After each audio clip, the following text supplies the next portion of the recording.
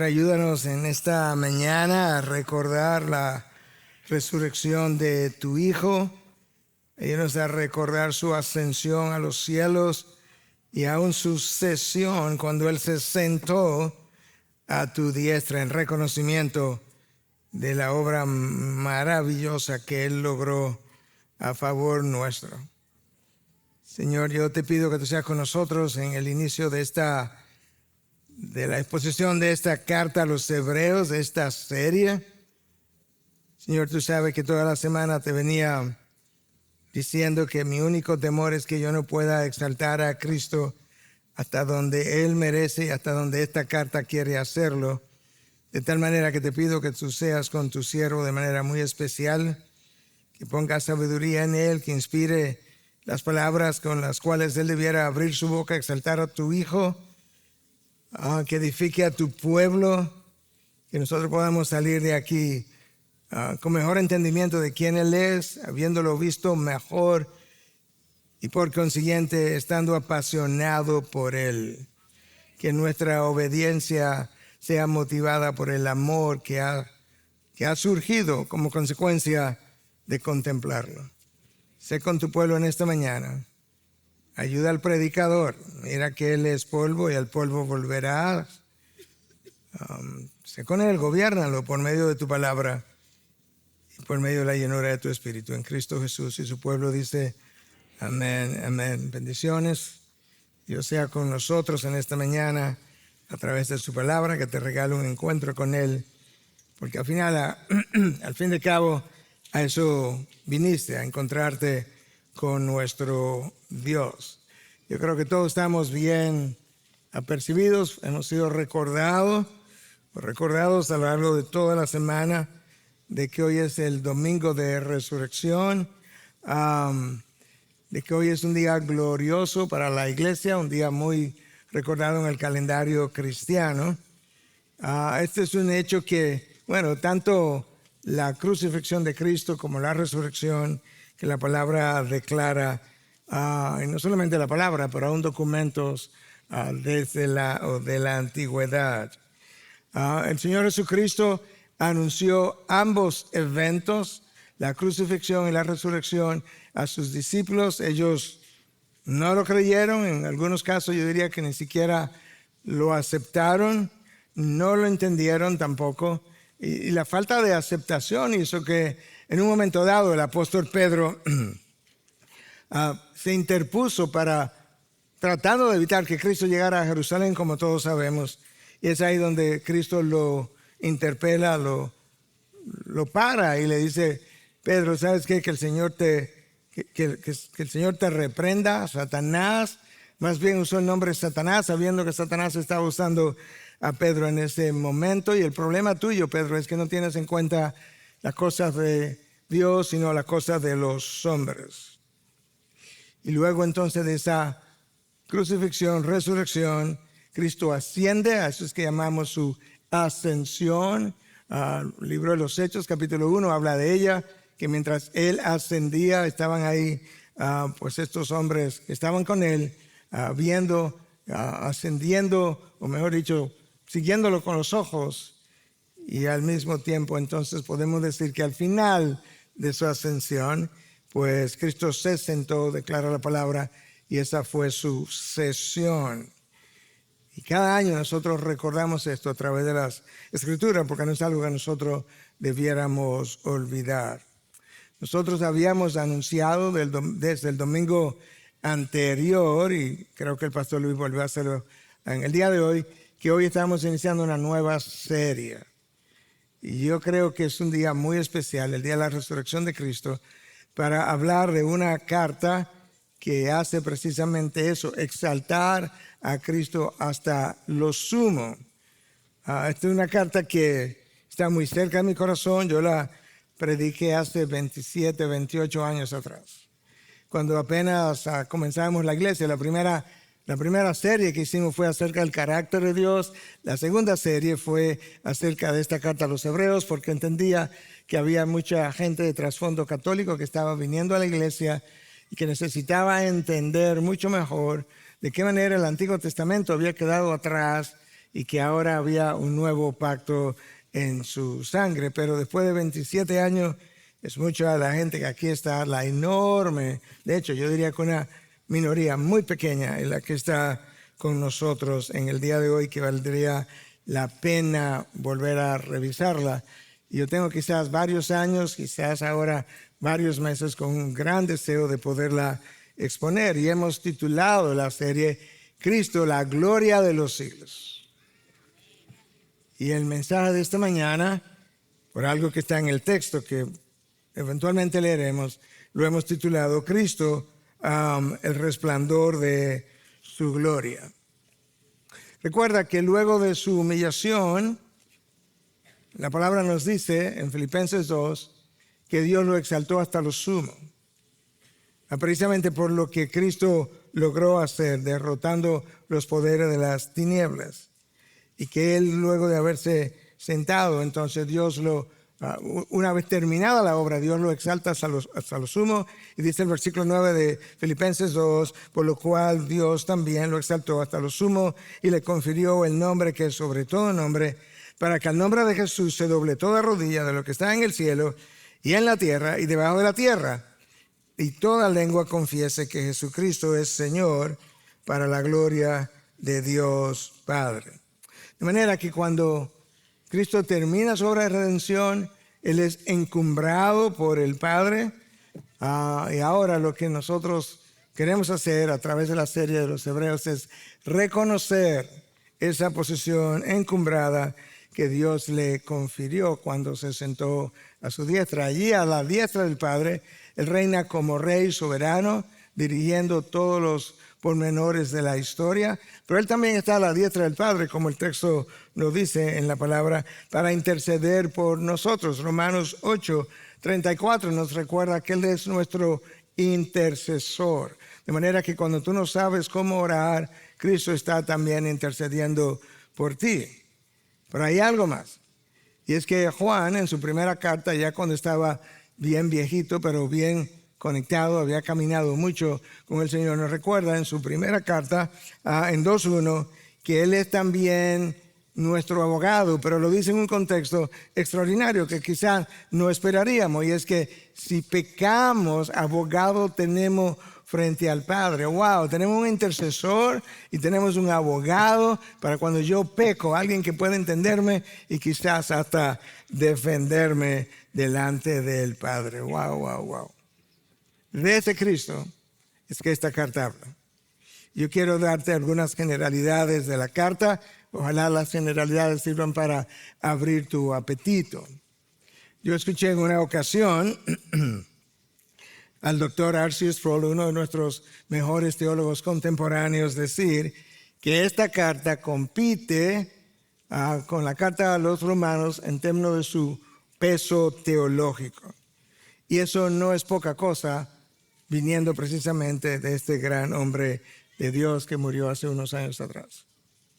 Por otro lado, 500 años atrás, Juan Calvino nos decía que no hay otro libro en las Santas Escrituras que hable tan claramente del sacerdocio de Cristo, que exalte tan espléndidamente el poder y la dignidad del sacrificio único que Él ofreció a través de su muerte, que lidie más apropiadamente con el uso y la abrogación de las ceremonias, y que en resumen explique más cabalmente que Cristo es el fin de la ley. Wow. Ahora, en cuanto a su formato, la carta, no sabemos si fue realmente una carta, no tiene el formato de una carta. Por eso acabo de hacer la aclaración, porque usualmente la carta de la antigüedad y las cartas de Pablo, lo primero que hacen es identificar su autor con nombre. Eso no está. Luego tiende a identificar su audiencia. A los santos en Filipos, por ejemplo, escribió Pablo en un momento dado. Esta carta tampoco tiene algo como eso. Entonces se hace difícil tener claridad acerca de la audiencia. Sin embargo, en la medida en que tú revisas la carta, te percatas de que definitivamente esta carta debió haber sido enviada a un grupo de hermanos hebreos, en otras palabras, hebreos cristianos, a personas que habían crecido en el judaísmo, que recibieron el evangelio, lo abrazaron, se convirtieron, nacieron de nuevo, y por eso la carta se llama a los hebreos. Por otro lado, es posible, de nuevo, de acuerdo a lo que leemos en la carta, que entre ellos habían algunos también genuinos, nacidos de nuevo, pero todavía un tanto confundidos si en verdad debían agregar algunas cosas del judaísmo pasado a la fe cristiana, porque que quizás no le quedaban claras, todavía no la tenían bien entendidas. Pero todavía otros piensan, yo creo que es muy posible, sobre todo si este grupo era numeroso, que hubieran algunos hebreos o gentiles que estaban intelectualmente convencidos de la veracidad de la fe cristiana. En otras palabras, en su mente entendían que esta fe cristiana era real, pero no estaban todavía dispuestos a pagar el precio y por consiguiente no la habían abrazado, no habían abrazado la fe. Eran profesores de la fe, profesaban la fe, pero no eran poseedores de la fe. No habían nacido de nuevo. Y yo creo que eso siempre ha sido así a lo largo de los siglos. O sea, no es la primera vez. Desde el punto de vista lingüístico, los académicos del griego nos dicen que este es el griego más puro de todo el Nuevo Testamento, incluyendo más pulido que el griego del apóstol Pablo. Desde el punto de vista temático, yo creo que hemos comenzado a decir, y lo veremos más en detalle, que el Espíritu Santo que inspiró esta carta lo hizo justamente para exaltar a la persona de Cristo después de haber ascendido hasta su diestra. Después de haber descendido al abismo y ascendido entonces a los cielos, ahora se hace necesario poder dar a conocer este personaje de una mejor manera. Y la razón por la que yo creo que esto es vital es porque mientras más conoces a Cristo, más ama a Cristo. Mientras más ama a Cristo, mejor obedece a Cristo. Déjame hacer eso de atrás para adelante. Mi problema de desobediencia no es tanto un problema de rebeldía, aunque lo es. Mi problema al desobedecer es que yo no amo a Cristo como debiera amarlo. Y no lo amo a Cristo por una razón muy sencilla. Es que no lo conozco. Y si no lo conozco es porque yo no he rumiado este libro, no lo he meditado, no lo he escudriñado o todas las anteriores. Y el autor de Hebreos nos va a ayudar precisamente a llegar a conocer a ese Cristo, para llegar a amar a ese Cristo y poder obedecer de una manera mucho más natural. Yo espero que esto te anime. Ok, quizás no te anime, pero un par de personas que salieron al final del primer servicio, yo me voy muy animado y yo me alegro porque esto es lo que esta carta debiera hacer. De hecho, quizás te vaya un tanto preocupado si realmente descubre que quizás eres un profesor de la fe, pero no un poseedor de la fe. Oye, lo que me pasó al final del primer servicio, ya no quiero dejarlo pasar por alto porque me vino a mi mente ahora mismo. Se me acercó un niño que no podía tener más de 6 años, este tamaño. Y me dice, yo quisiera, como muy tímido, ser cristiano, pero no sé cómo hacerlo. Entonces yo me pongo a explicarle de una manera sencilla y que le pida a Dios, que le diga a Dios eso mismo y que le pida que le abra el entendimiento y le explico más o menos. ¿Sabe lo que me dijo? Es que yo como que quiero, pero mi cuerpo no quiere. No te rías. Porque esa es la realidad de una gran cantidad de adultos, que su mente lo entiende, Su mente entiende que sería bueno, pero las pasiones de mi cuerpo no lo quieren. Y ahí conversamos un poco más. Ora por él. Yo no tengo su nombre y mejor así, pero ora por él. En cuanto al autor de la carta, no sabemos con exactitud. De hecho, en el siglo II, Clemente de Alejandría pensó que la carta había sido escrita por el apóstol Pablo en hebreo y que el doctor Lucas la había traducido al griego. En el siglo III, Orígenes pensó que la carta no representaba las enseñanzas de Pablo. En el siglo IV, Eusebio la incluyó como dentro de las 14 cartas del apóstol Pablo, el gran Eusebio, historiador de la iglesia. Entre el siglo IV y el siglo V, tanto Agustín de Hipona como Jerónimo, el traductor de la Biblia al latín, la Vulgata, pensaban que realmente esta carta representaba o era de la autoría de Pablo, y eso por la influencia, el peso que tanto Jerónimo como Agustín tuvieron.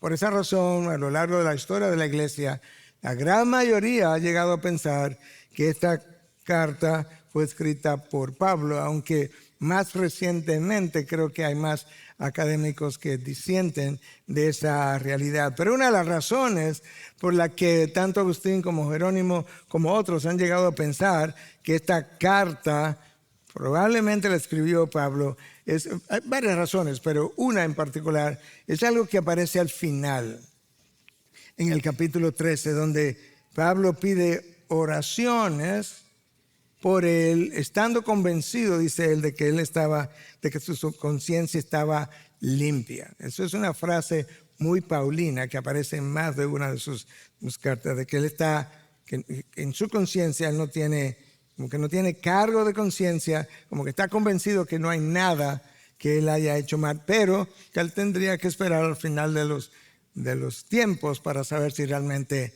era así. Pasan 1000 años después de Agustín y Jerónimo, y Martín Lutero y Juan Calvino vienen con la Reforma y entienden que Pablo no fue el autor de esta carta. Pero, decía yo esta mañana, que si hay algo de lo que estamos seguros, que esta carta fue escrita. En un sentido sabemos quién es el autor, el Espíritu de Dios que inspiró toda escritura. Y la consistencia de esta carta con el resto de las escrituras es monumental. De manera que ahora tenemos una mejor idea de quién la escribió o no la escribió.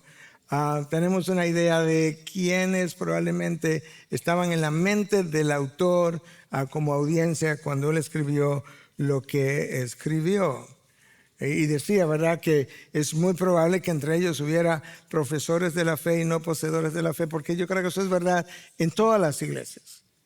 A menos que el grupo sea muy pequeño y muy comprometido, pero eso es cierto en todas las iglesias. De hecho, aún en la época de Cristo eso fue así. La pregunta siempre ha sido la misma. ¿Tú crees la Biblia o vives la Biblia? Porque si no la vives, no la crees. De hecho, eso fue lo que Cristo dijo o lo que enseñó en el Sermón del Monte.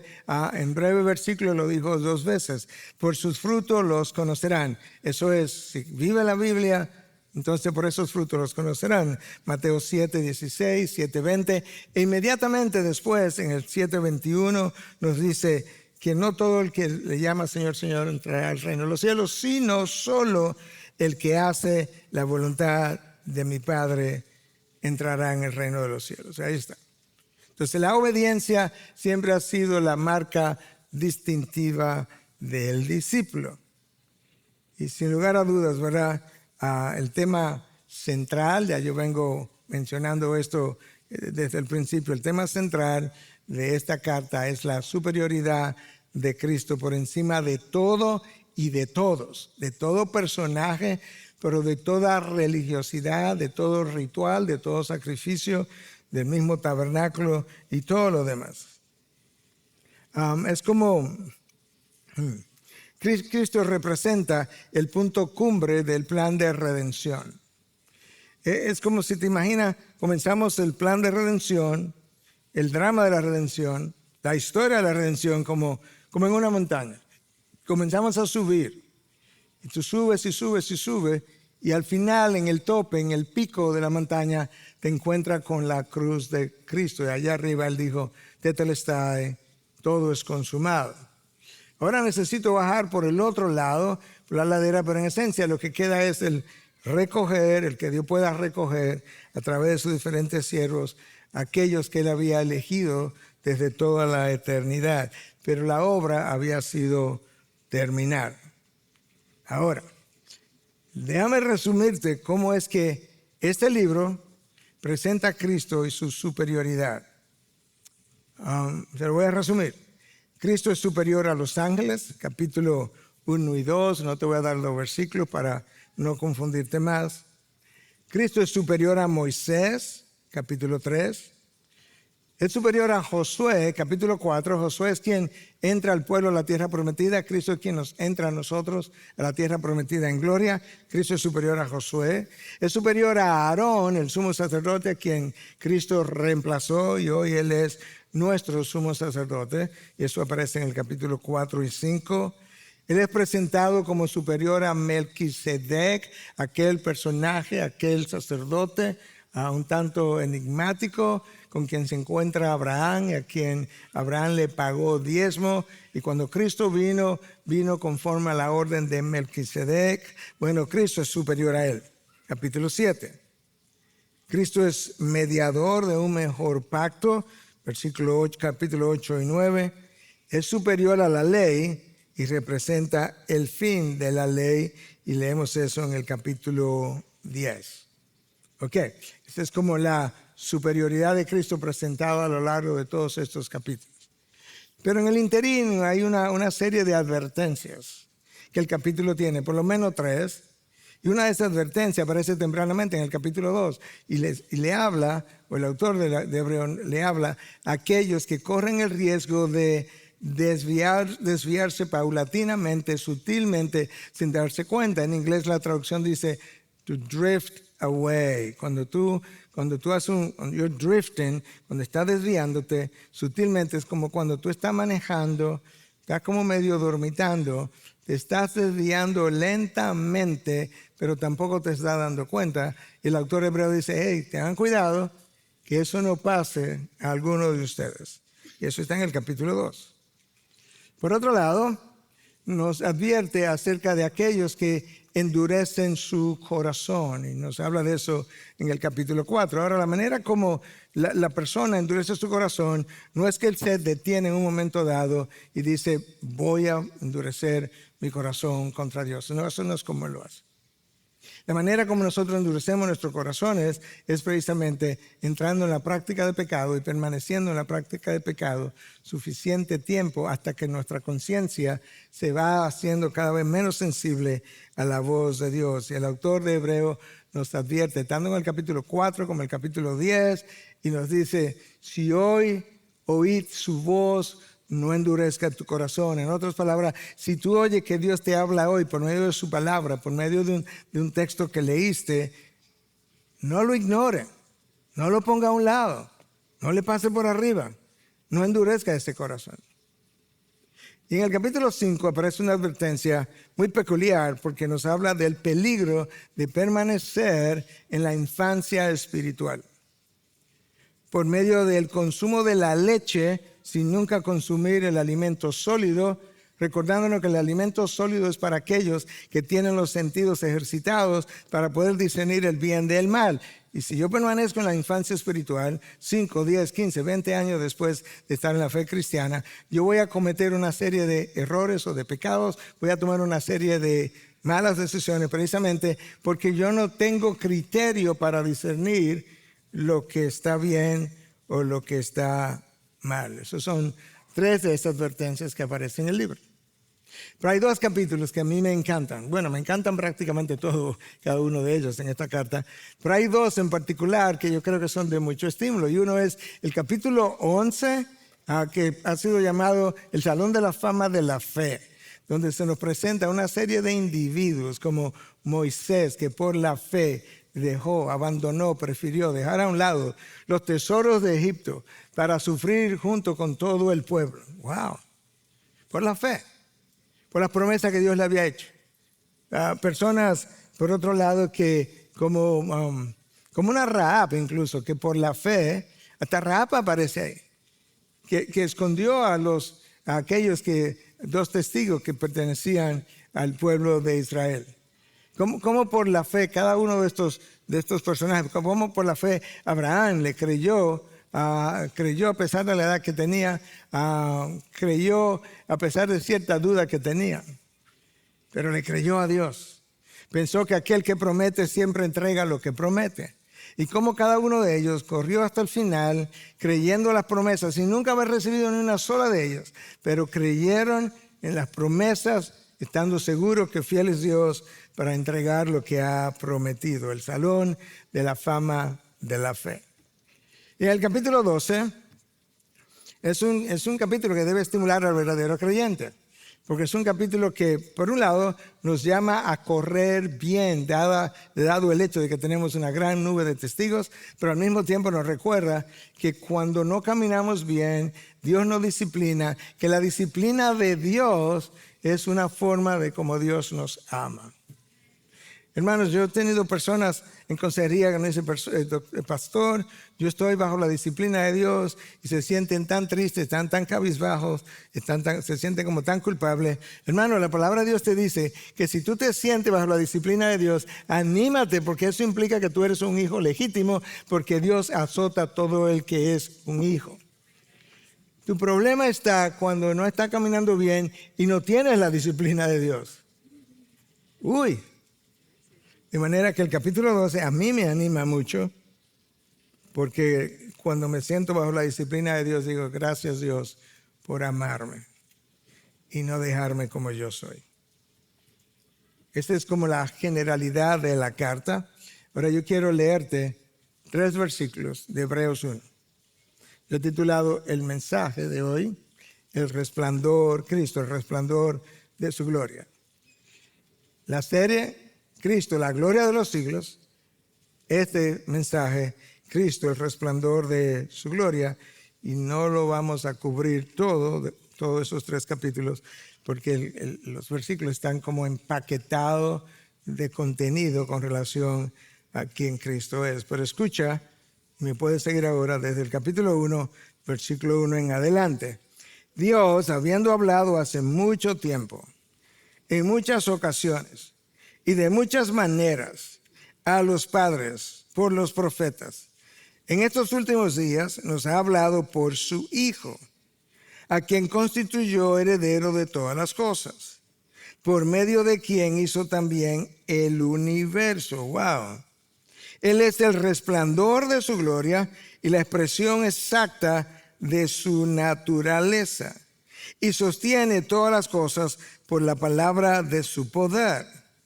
Después de llevar a cabo la purificación de los pecados, el Hijo se sentó a la diestra de la majestad en las alturas, siendo mucho mejor que los ángeles, por cuanto ha heredado un nombre más excelente que ellos. Y seguí hasta el versículo 4, que no era mi intención.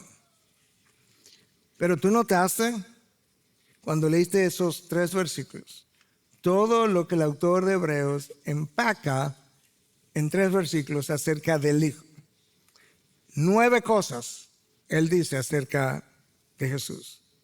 Número 1, Jesús es la redención final de Dios, el último profeta. Número 2, Él es el Hijo de Dios. Número 3, el heredero de todas las cosas. 4, el creador de todo lo que existe. 5, Él es Dios porque es el resplandor de su gloria. 6, Él es la representación exacta de su naturaleza. No hay nada en el Padre que no esté en el Hijo, absolutamente nada. Él es quien sustenta todas las cosas con la palabra de su poder. El universo que tú ves está sostenido por la palabra de Cristo. Él fue quien llevó a cabo la purificación de los pecados de todos los escogidos de Dios, y Él es la autoridad suprema el soberano del cielo y la tierra, ya que el Padre le confirió el privilegio de sentarse a su diestra. Wow. El autor de Hebreos caracteriza a Cristo de 9 formas diferentes. Si nosotros tuviéramos el tiempo o quisiéramos, pudiéramos detenernos y hacer un mensaje por cada una de esas afirmaciones que el autor de esta carta hace, pero vamos a tratar de resumir una gran parte en el día de hoy y el resto la próxima semana. Pero no sé si prestaste atención y pudiste ver las implicaciones de todo lo que leímos. Yo quiero que en primer lugar note que Cristo es la revelación final de Dios o el último profeta. Escúchenlo en versículo 1. Dios, habiendo hablado hace mucho tiempo, en muchas ocasiones y de muchas maneras a los padres por los profetas, en estos últimos días nos ha hablado por su Hijo. Wow. Durante todo el Antiguo Testamento, Dios habló a su pueblo por medio de los profetas. Y lo hizo de diferentes maneras, en diferentes ocasiones. Déjame darte un par de ilustraciones para que puedas ver las diferentes maneras como Dios lo hizo. Si tú piensas en Moisés, el texto nos dice, el texto del Éxodo, que Dios hablaba con Moisés como no hablaba con ningún otro profeta, que lo hacía cara a cara. No sé exactamente cómo eso se daba, pero eso es lo que el texto dice. Moisés entraba en el tabernáculo se cerraba, la entrada estaba prohibida, y ahí adentro Dios hablaba con Moisés y le comunicaba a Moisés lo que Moisés tenía que comunicarle al pueblo. Dios no hablaba con el pueblo. Moisés era un intermediario entre el pueblo y Dios, hasta tal punto que en un momento dado, cuando Dios amenazó con destruir al pueblo, Moisés fue el intermediario, la persona que intercedió y paró a Dios, por así decirlo. Dios paró su juicio debido a que Moisés se paró en la brecha. Wow. En un momento dado, Dios le dice a Moisés que llegaría el día, en un futuro, cuando él levantaría a un profeta como tú, como él, y que pondría sus palabras en su boca, y que todo aquel que no obedeciera a ese futuro intermediario tendría que rendir cuenta delante de Dios. Y esa es la manera como tan tempranamente como en el libro del Éxodo, Dios estaba anunciando la venida de un intermediario diferente a Moisés, pero en la misma categoría, por así decirlo. Es como del mismo tipo que vendría y se pararía en la brecha entre el pueblo y Dios Padre. Y tú lees eso en Éxodo 18, versículos 15 y 18. Pero esa no fue la única manera como Dios habló al pueblo. En ocasiones, contadas veces, pero en ocasiones, Dios le pidió a uno de sus profetas que viviera una parábola. Recuerda que una parábola es una historia, pero la historia es usualmente algo creado, no necesariamente algo que pasó, algo creado de elementos, ¿verdad?, de la naturaleza o del común vivir. En el caso de Oseas, Dios decidió pedirle a Oseas que viviera una parábola. Y desciende donde Oseas. Y le dice a Oseas que baje al mercado de prostitutas y que consiga allí a una mujer promiscua y la compre por precio y la haga su esposa. Oseas, un hombre rendido a los propósitos de Dios, hace exactamente como Dios le dice. Él bajó al mercado, la compró por precio, la libertó, la lleva consigo y después de estar viviendo con ella, ella decide dejar a su esposo y volver al mercado de prostitución, y Dios vuelve y le dice a Oseas que vaya a buscarla. Y con eso Dios estaba tipificando que Oseas era como Dios y Gomer, el nombre de su esposa, era como todos ellos. Porque Dios se había casado con la nación de Israel. En un momento dado Dios dice que le dio carta de divorcio. Y que a pesar de la fidelidad de Dios como esposo a la nación de Israel, ellos todos habían cometido adulterio al irse detrás de dioses ajenos. Eso no ha cambiado hoy, porque la iglesia es su novia y Cristo es el novio. Y cuando la novia de Cristo, los miembros de la novia de Cristo son infieles a Dios, en esencia Dios nos está acusando a nosotros de adúlteros precisamente por el compromiso que Él ha hecho. Y Dios entonces nos recuerda a través de las cartas de Pablo a Timoteo que cuando aún nosotros somos infieles, Él permanece fiel. La única diferencia entre el pueblo de Israel y la iglesia hoy en día es que ellos tenían ídolos que fabricaban de madera o de plata o de bronce o cualquier otra cosa similar, y nosotros tenemos ídolos que los colocamos en nuestros corazones. Y un ídolo es cualquier cosa, cualquier persona, cualquier cosa o persona, esa es la palabra o la expresión, que produce en mí más pasión, más deseo de consumir, más deseo de irme atrás de eso hasta lograrlo, que lo que yo experimento y tengo por la persona de Dios. Dios habló en múltiples ocasiones a través de diferentes profetas de forma distinta. Ya al cierre del Antiguo Testamento, Dios usa al profeta Malaquías para denunciar por 3-4 capítulos la corrupción de la adoración. La corrupción de la adoración. De hecho, cuando Cristo viene, Él hace exactamente, en su función de profeta, hace exactamente lo mismo, pero en vez de simplemente denunciarla, Cristo viene e invade el cuartel de negocio que habían hecho dentro del templo. Y les dijo, ustedes han hecho de la casa de oración de mi Padre una guarida de ladrones. Y cuando Él hizo eso, volteó las mesas y nadie se atrevió a confrontarlo ni a enfrentarlo, a pesar de que eran muchos contra uno, justamente porque en medio de ellos estaba alguien que no era simplemente un profeta, sino Dios encarnado con toda la autoridad que debió haber salido de sus labios. ¡Wow! Bueno, ahora, en la misma línea de esos profetas, vino Cristo. Pero ahora Cristo es la última revelación de Dios. Dios nos habló por medio de ellos en el pasado, pero en estos últimos días nos ha hablado por medio de su Hijo. Y la frase en estos últimos días hace referencia a desde la primera venida de Cristo a la segunda venida de Cristo, literalmente hablando. O sea, ya no hay más revelación de Dios que lo que Cristo trajo y los apóstoles vinieron después y expandieron.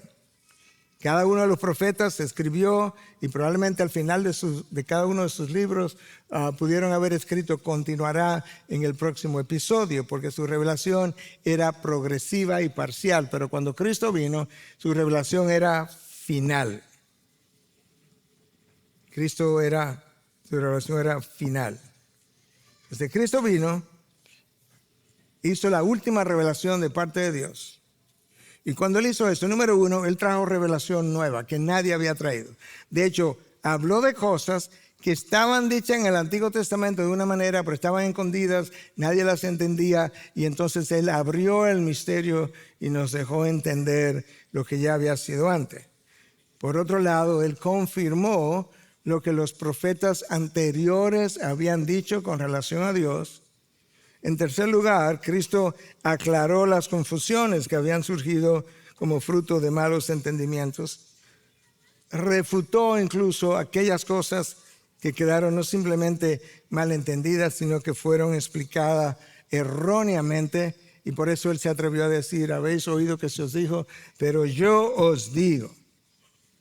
De manera que con esto Cristo estaba corrigiendo los errores doctrinales del pasado. Y si eso no fuera suficiente, cuando Cristo dijo, Él no simplemente le dijo, yo digo la verdad. Cada uno de esos profetas anteriores pudo haber dicho, yo le digo la verdad. Cristo no habló de esa manera. Cristo vino y le dice, yo soy la verdad. Yo encarno la verdad. En mí nunca ha habido una posibilidad de falsedad. De hecho, sus enemigos reconocieron eso. Cuando querían atraparlo en alguna ocasión, los discípulos, los fariseos fueron donde Él, le dijeron, maestro, sabemos que tú eres un hombre veraz. los discípulos de los fariseos, sus enemigos, sus opositores, que tú hablas la verdad de Dios con verdad, que tú no buscas el favor de los hombres. Mira esta moneda, debiéramos pedir o pagar impuestos al César. Querían que tenían a Cristo atrapado. Cristo dijo, dame una moneda. ¿De quién es esa esfinge? Bueno, del César. Dar a Dios lo que es de Dios y al César lo que es del César. Pero tú notaste, sabemos que tú eres un hombre veraz. Sus palabras y sus acciones eran congruentes. De hecho, Cristo declaró horas antes, de manera sucinta, la razón de su misión en la tierra. Cuando está siendo entrevistado por Pilato, el hombre que tenía el poder, creía Pilato, en sus manos para dejarlo ir. Pilato le dice, ¿tú eres rey? Y le dice, bueno, tú lo dices. E inmediatamente después, como que ni permitió que Pilato dijera nada más, Cristo pronunció estas palabras: para esto yo he nacido y para esto he venido. ¡Wow! En ese momento cualquiera que hubiese oído eso debió haber parado los oídos y decir, espera, déjame escuchar, porque Cristo está a punto de declarar para qué fue que nació y vino. Para esto yo he nacido y para esto yo he venido al mundo, para dar testimonio de la verdad. Esa es la única razón. Y la razón por la que es así es porque yo soy la verdad que Adán dejó caer. Yo soy la verdad que si la conoces te hará libre. Porque fue la mentira que Adán compró que te esclavizó del pecado. Entonces Cristo vino justamente a traer ese mensaje de verdad para que podía ser libre al hombre. Pero Él no solamente trajo un mensaje, Él era el mensaje.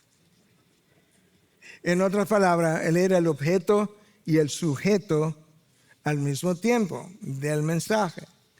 Cuando Cristo dijo, las Escrituras hablan de mí, en ese sentido, en ese momento, Él era el objeto. Las Escrituras hablan de mí, yo soy el objeto. Pero cuando Cristo tomó las Escrituras y entonces expandió las Escrituras, Él no solamente era el objeto de las Escrituras, Él era el sujeto de las Escrituras. Y entonces habló en estas ocasiones precisamente de su esencia, de quién Él era. Todos los profetas anteriores hablaron de lo que otro dijo, un rabino dijo, lo que la ley dice, lo que Moisés dijo. Pero cuando Cristo vino, Él habló de quién Él era. Escucha cómo Cristo lo dijo: yo soy el pan de vida. Esa es mi esencia, lo que yo soy. Yo soy la luz del mundo. Yo soy la puerta. Todo el mundo que va a entrar al reino de los cielos entra por mí o no entra. Si trata de entrar por otro lugar es un ladrón o salteador. Yo soy el buen pastor. Yo soy la resurrección y la vida. Yo soy el camino, la verdad y la vida. Yo soy la vida verdadera. Nadie más habla de esa forma. Ni antes ni después. Yo soy la vid verdadera. En otra palabra, Cristo estaba diciendo, ¿sabes qué? Yo soy el final. Dame el micrófono. Mic drop.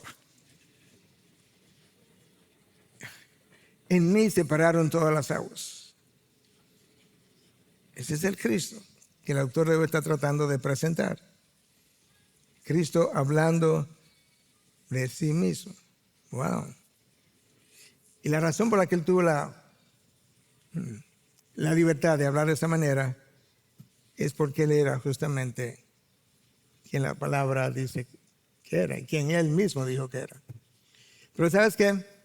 Cristo dijo, yo soy, yo soy, yo soy, yo soy, yo soy. Pero hubo ocasiones donde no fue Él que habló de sí mismo, sino el Padre habló de Él. ¿Tú recuerdas? Por lo menos en 2 ocasiones.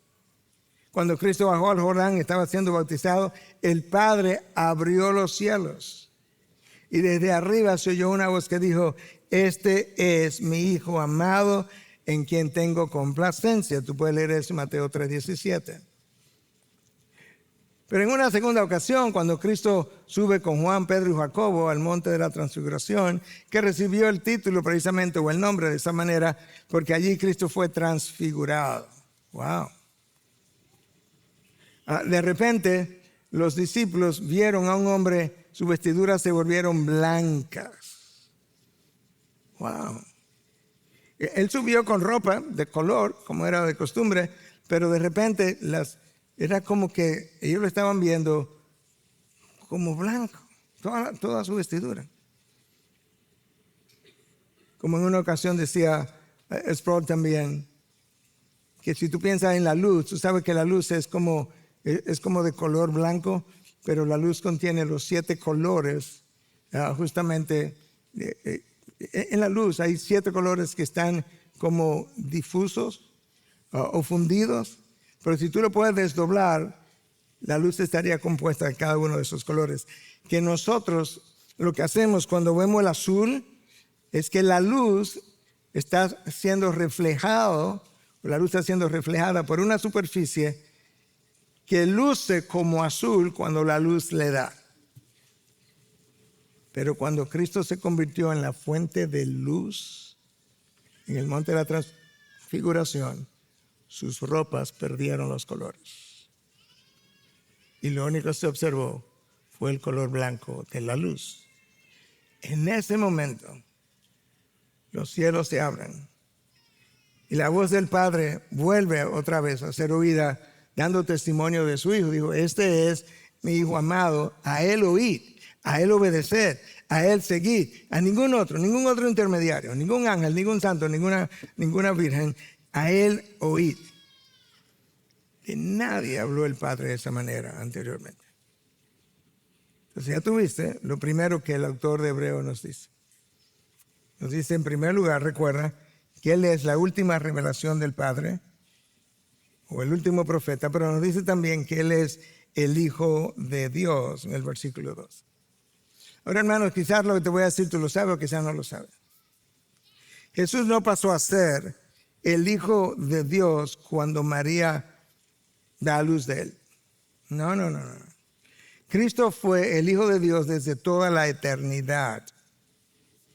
Es lo que llamamos en teología la generación eterna del Hijo. En otras palabras, desde que Dios es Dios, que es siempre, el Hijo siempre ha existido. El Hijo no es como que Dios vivió un tiempo y después de vivir un tiempo, entonces Él dijo, déjame hacerme un hijo a mi imagen. No, porque eso sería una criatura y no podría ser un creador, ni mucho menos un Dios, para nada. Cristo no vino como de forma secundaria del Padre, vino de manera primaria. Ahora, ¿cómo eso ocurrió? Bueno, no estamos seguros, pero esa es la razón por la que Cristo pudo decir, yo y el Padre somos uno. Siempre, uno solo, no hay nada diferente. O más adelante, como dijo en 14:9, en 10:30 de Juan dice, yo y el Padre somos uno. En 14:9 dice, el que me ha visto a mí, ha visto al Padre. Felipe, tanto tiempo tengo contigo y aún no me conoces. Yo y el Padre uno somos. Tú no vas a encontrar en el Padre nada que no encuentres en mí. Cada uno de los atributos del Padre yo tengo, yo poseo. Y no después que nací de María. No. Desde toda la eternidad. Por eso es que enfatizamos, María fue la madre del Dios encarnado, pero no la madre de Dios, porque Dios no tiene madre. Y eso no es una doctrina nueva.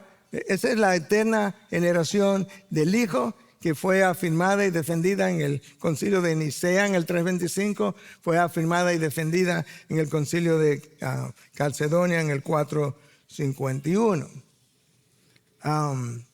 Pastor, pero no lo entiendo. Claro, ni tú ni yo lo podemos entender porque no somos Dios. Pero esa no es la única cosa que tú no entiendes. ¿Tú entiendes cómo Dios sostiene el universo por el poder de su palabra? ¿Tú entiendes cómo es que Dios existe desde siempre? ¿Tú entiendes cómo es que Dios inspiró las Escrituras?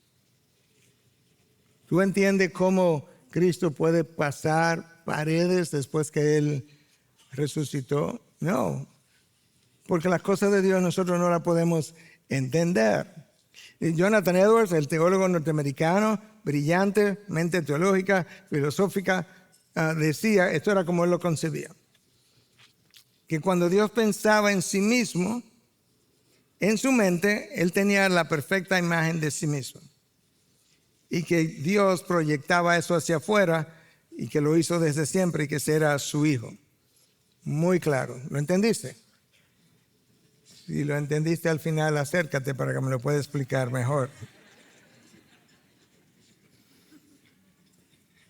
Lo que el Padre es, el Hijo es. Ahora el texto que acabamos de leer dice que Él es el Hijo de Dios, pero es el unigénito de Dios.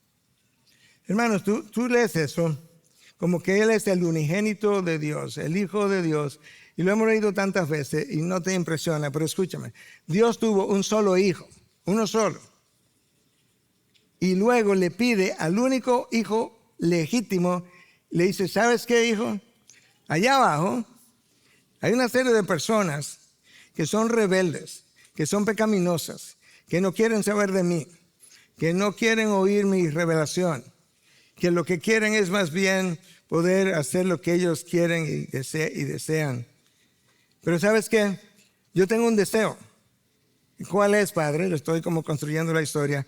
Yo quiero hacerlos hijos como a ti. Y como ¿cuán tan parecido? No, yo quiero que sean exactamente como tú, de manera que te puedan ver en un momento dado y al mismo tiempo ser como tú. ¡Wow!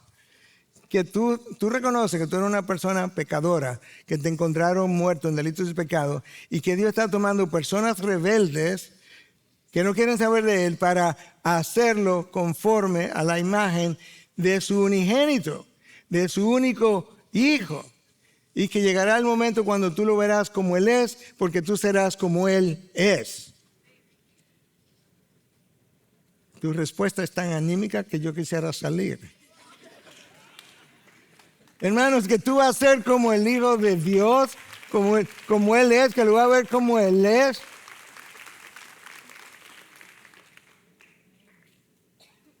Nos hacen falta algunos pentecostales entre nosotros. Que te ayuden a asombrarte, que te den como cursillo de cómo asombrarte de las grandes verdades de Dios. En tercer lugar, el texto que leímos no solamente nos dice que Jesús fue la última revelación del Padre como profeta y el Hijo de Dios, sino que también Él es el heredero de todas las cosas. Hermano, tiene sentido que Él sea el heredero de todas las cosas, porque Él las creó, como vamos a estar viendo prontamente. Él creó todo. Después que Él las creó, Adán las echó a perder. Y después que Adán le echó a perder, Él estuvo dispuesto a bajar, humillarse, dejarse burlar, toleró esa humillación, toleró y perdonó las acusaciones, toleró los insultos, toleró el abuso moral contra su persona, soportó la cruz, sufrió la separación del Padre cuando gritó, Dios mío, ¿por qué me has abandonado?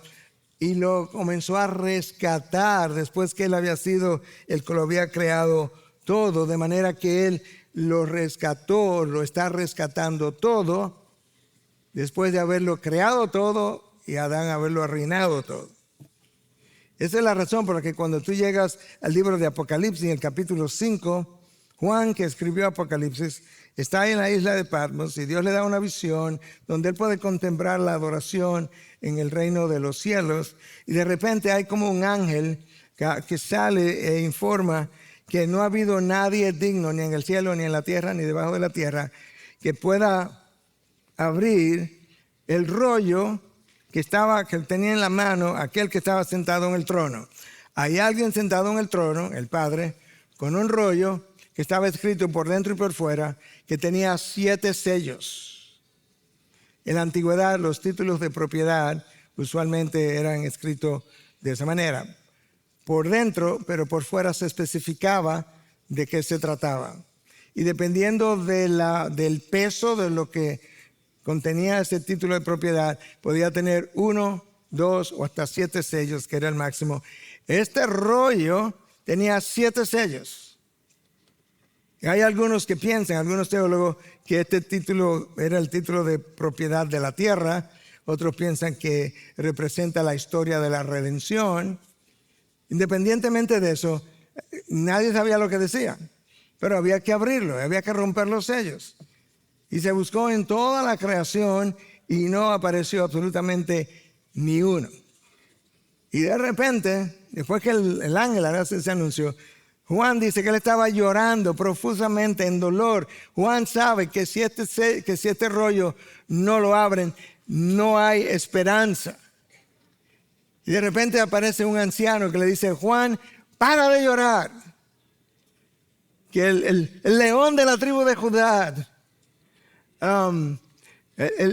la semilla de David, el descendiente de David, ha sido encontrado digno de abrir el rollo, de romper los 7 sellos. Y una vez que eso fue anunciado, esto es lo que Juan oye inmediatamente después. Y oí decir a toda cosa creada que está en el cielo, sobre la tierra, debajo de la tierra y en el mar, y a todas las cosas que en ellos hay, al que está sentado en el trono y al Cordero, sea la alabanza, la honra, la gloria, el dominio por los siglos de los siglos. Amén. Amén. Al Cordero que fue inmolado. Él es digno para siempre. A Él le pertenece todo como creador. Le pertenece todo como redentor. Pero le pertenece todo como hijo. El apóstol Pablo entendió eso perfectamente bien. Y cuando él está terminando de escribir a Romanos 11, él como que irrumpe en una doxología y dice: porque de Él, por Él y para Él son todas las cosas. A Él sea la gloria para siempre. Amén, amén.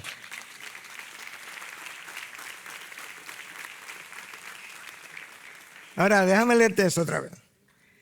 De Él, y por Él, y para Él son todas las cosas. Tú tienes una profesión, no es tuya, es de Él. Tú tienes finanzas, no son tuyas, son de Él.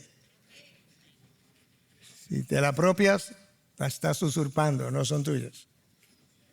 Tú tienes hijos, no son tuyos, son de Él. Y lo va a descubrir pronto. Cuando vayas a la gloria, te enterarás que fueron tus hijos, pero ya no lo son. Lo vas a amar, pero lo vas a amar incluso más que lo que los amaba aquí, pero no más que a cualquiera otra que esté en gloria.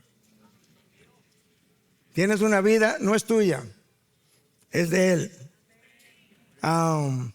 Tiene posesiones, no son tuyas, son de Él. Deja de pelear, son de Él, porque de Él, por Él y para Él son todas las cosas, sin excepción, todas ellas. Y el Padre lo ha hecho heredero. Eso es lo que dice, que Él es el heredero de todas las cosas. Tiene sentido. Las creó, las redimió.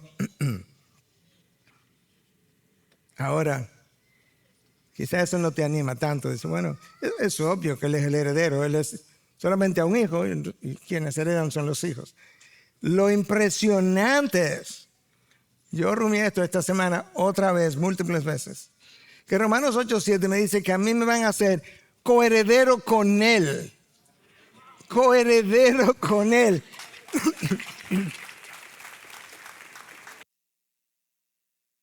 Lo que el legítimo hijo de Dios herede, yo, el hijo adoptado, después de ser un rebelde, lo voy a heredar también. ¡Wow! ¿Cómo voy a vivir una vida mezquina ahora tratando de disfrutar cosas porque son mías? En cuarto lugar, nota que el texto nos dice que Jesús no solo es la revelación final de Dios, el Hijo de Dios, el heredero de todas las cosas, sino que Él es también el creador de todo lo que existe. ¡Wow! Sal afuera, esta noche mejor, mira hacia arriba. Lo que ves es una millonésima o trillonésima o no sé qué tan pequeño lo puedo poner de lo que existe en el universo. Cristo lo creó. Y este no es el único libro que habla de eso. Juan nos dice, recuerden Juan 1:1 hasta el 3, que en el principio era el Verbo y que el Verbo estaba con Dios y que el Verbo era Dios. Y más adelante nos dice en el 14 que el Verbo se hizo carne y habitó entre nosotros.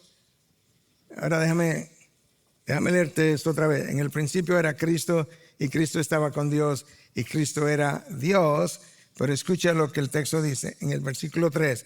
Todas las cosas fueron hechas por medio de Él y sin Él nada de lo que ha sido hecho fue hecho. ¡Wow! Sin Cristo nada de lo que fue hecho fue hecho. Pero eso no es el único libro que habla de eso, la única carta.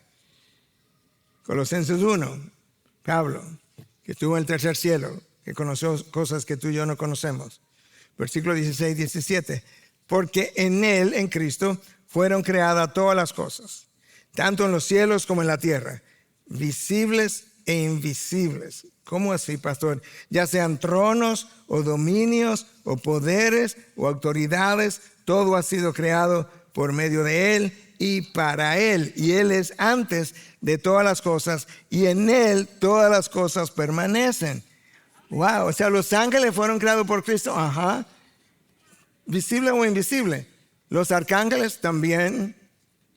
Los querubines también. Los poderes también. Wow. Los dominios también. Los tronos también. Wow. Si tú crees eso, tú regresas al Génesis. Y te va al capítulo 1, al versículo 1. Y tú lees, en el principio, Cristo creó los cielos y la tierra. ¿O no? Todo fue hecho por medio de Él. Nada fue hecho sino a través de Él. Y Él fue el creador de todo lo que existe, visible o invisible. Con razón, nosotros leemos que al nombre de Jesús, toda rodilla se va a doblar de lo que está en el cielo y en la tierra y debajo de la tierra, y toda lengua confesará que Jesucristo es Señor para la gloria de Dios Padre. Wow. Wow. Y ese fue el que se colgó en la cruz. Y ese fue el que se humilló. Y ese fue el que escupieron. Y tú me vas a decir a mí que una criatura del polvo como tú y yo no quiere hablarle a alguien porque me ofendió. ¿Quién es él para hablarme así? No está a mi altura. En serio. Una criatura del polvo y el creador de todas las cosas toleró lo indecible y luego cuando terminó en la cruz dice, Padre, perdona a los que no saben lo que hacen. ¿Te das cuenta lo desfasado que tú y yo somos con relación a Cristo?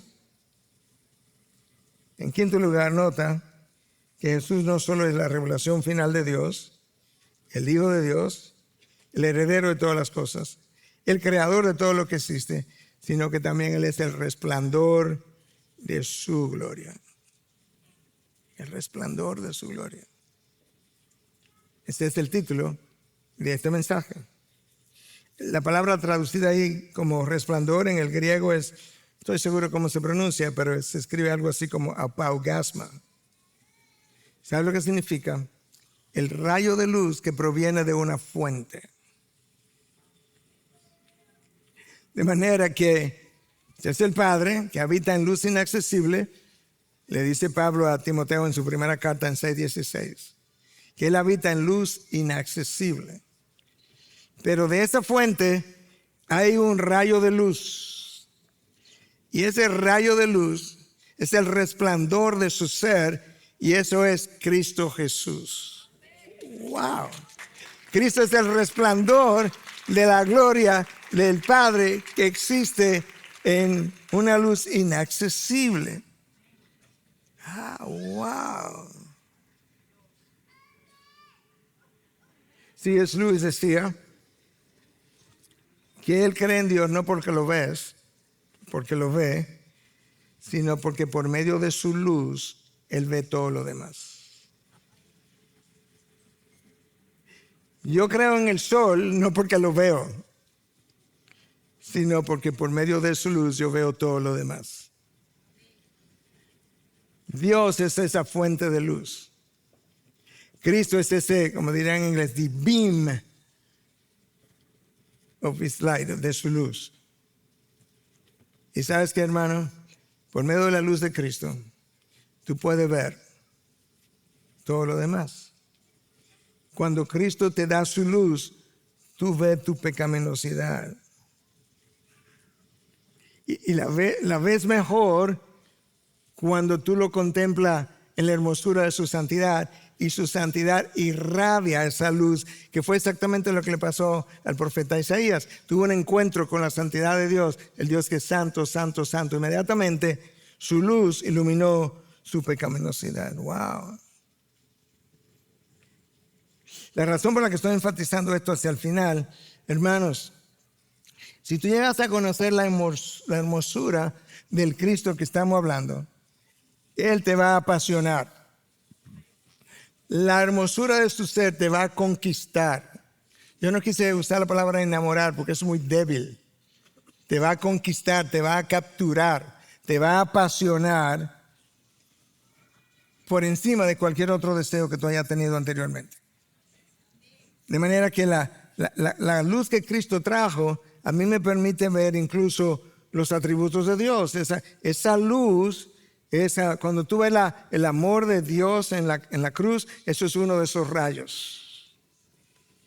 O la gracia de Cristo, eso es otro de esos rayos. O la bondad de Cristo, eso es otro de esos rayos. Como los rayos del sol. Yo estoy viendo esa luz aquí que está encima de mí. Tiene como rayos individuales. O la omnipresencia de Cristo, o la omnisciencia, o la omnipotencia. Wow. O su fidelidad, o su justicia santa, su bondad. Cada una de esas cosas es como rayos de luz que vienen de la esencia del Padre que habita en luz inaccesible. Como la luz del sol. Con la luz de Cristo tú puedes contemplar entonces, si se detiene a rumiar, a meditar, tú puedes contemplar la hermosura de la Trinidad. Tú puedes contemplar la hermosura de su plan de redención. Puedes contemplar la hermosura de las promesas que se nos han de entregar cuando entremos en gloria. Tú puedes contemplar la hermosura de lo que es pasar toda la eternidad con Él. ¿Por qué estoy enfatizando eso, hermano? Estoy enfatizando eso porque la manera de una persona santificarse no es fuerza de voluntad, no es disciplina, a pesar de que estas dos cosas son requeridas. No lo es.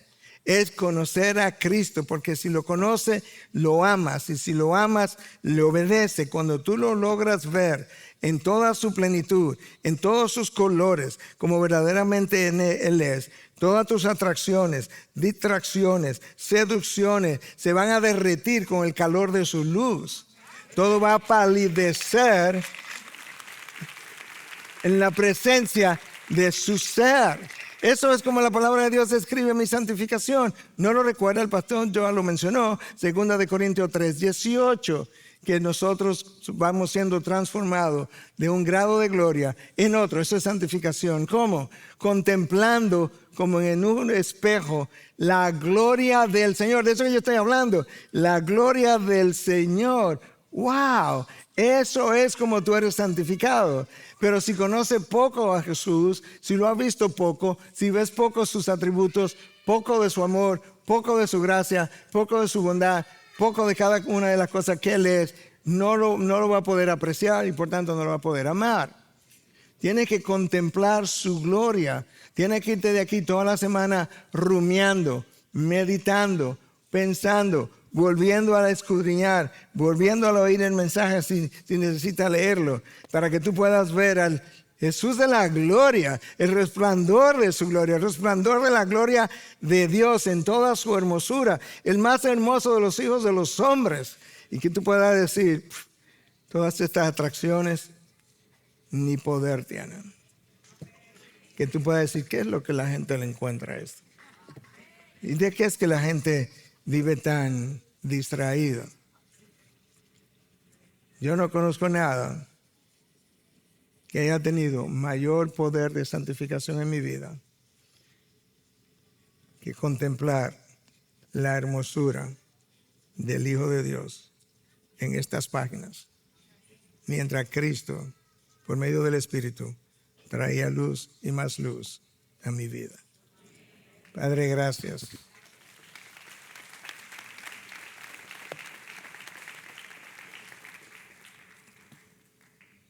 Señor, tú desplegaste en esta tierra y luego en estas páginas de la Biblia la hermosura de tu Hijo, justamente como la metodología de llegar a santificarnos para ser como Él es. Señor, yo quiero pedirte por mí, por cada uno de los hijos, lo que le decía a este niño,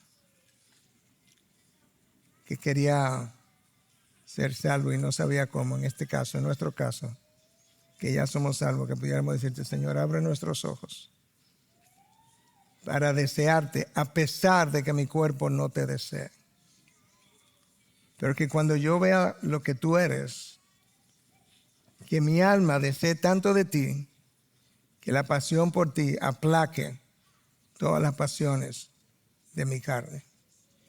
Que sea para tu gloria, que sea para mi libertad y que sea para mi gozo y que me sirva para glorificarte todos los días de mi vida, con todo lo que yo soy y con todo lo que yo tengo. Te lo pedimos en el nombre precioso de tu Hijo Jesús. Su pueblo dice, amén, amén. Nos ponemos de pie. Gracias por acceder a este recurso. Espero que haya sido de gran bendición para tu vida. Te sugiero que te suscribas a este canal de forma que tú puedas recibir notificación la próxima vez que hayamos subido un nuevo recurso que pueda servirte de instrucción y bendición.